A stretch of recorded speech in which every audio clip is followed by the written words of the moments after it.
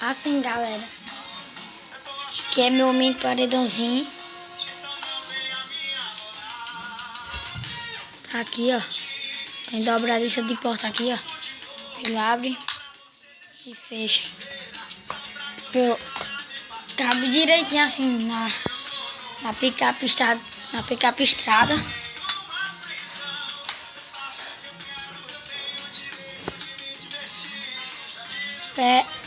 Eu vou fazer pra ele botar no reboque.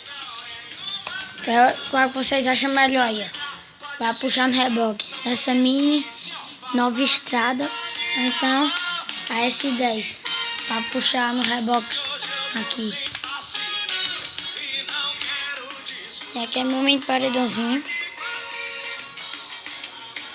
Fazendo as coisinhas. Ou então eu boto aqui mesmo na picape estrada.